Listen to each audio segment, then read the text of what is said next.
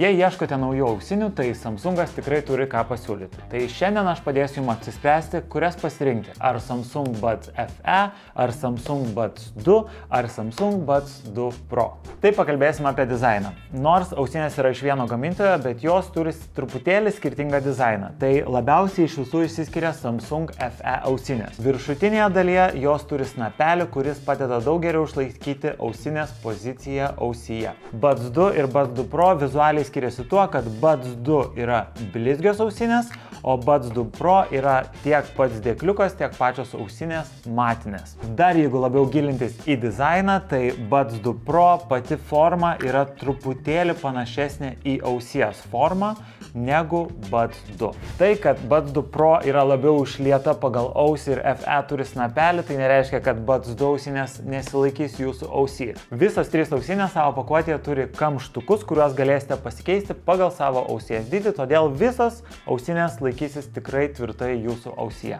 O Buds 2 Pro ausinių išskirtinumas tai, kad jos turi oro tunelį, kuris padeda sumažinti spaudimą ausyje, jeigu jūs labai ilgą laiką klausotės muzikos ir neišimat ausinių iš ausų.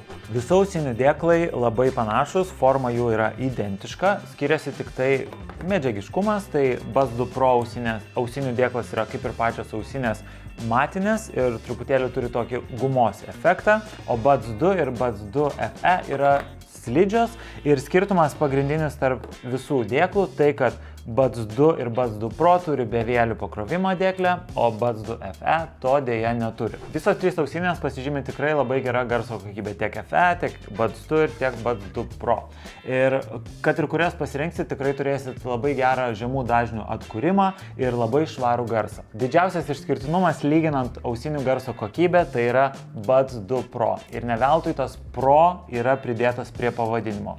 FE ir Buds 2 ausinių garso kokybė yra labai panaši, gal Buds 2 truputėlį skamba gražiau, bet įsidėjus Buds 2 Pro jūs pamatysit didžiulį skirtumą. Šios ausinės gali atkurti 24 bitų aukštos kokybės garsą, tai sakant Samsungo žodžiais, kiekviena nata skambės tobulai. Ir dar vienas skirtumas nuo FE ausinių, tai tiek Buds 2, tiek Buds 2 Pro palaiko 360 laipsnių garsą, kad jūs jaustumėtės tarsi esat muzikos kūrinyje. Ir visos trys ausinės turi aktyvų triukšmo slopinimą, kuris gali automatiškai išsijungti, kai su jumis pradeda kalbėti pašnekovas, kad jūs jį girdėtumėt ir galėtumėt tęsti pokalbį. Tai mano patarimas jums. Jeigu jūs esat standartinis vartotojas, kuris klausot podcastų, muzikos kaip foninio dalyko, tai rekomenduoju rinktis tarp FE ir Buds 2 ausinių. O jeigu jau esate tas Pro vartotojas, kuris nori išgirsti kiekvieną muzikos natelę, tai jau tada dairykitės į Buds 2 Pro versiją. Kai jau nuspręsite, kurios ausinės jums tinkamiausios, kviečiu atvykti pas mobilios prekybos salono ekspertus, kurie jūs dar papildomai pakonsultuos, arba galite užsisakyti ausines mp.lt. O žinot, kas dera prie naujų ausinių? Tai naujas telefonas. Tai kviečiu pasižiūrėti Samsung Galaxy Flip 5 ir Fold 5 apžvalgas. Su jumis buvo Mindaugas, mobili prekyba ekspertas ir iki kito video.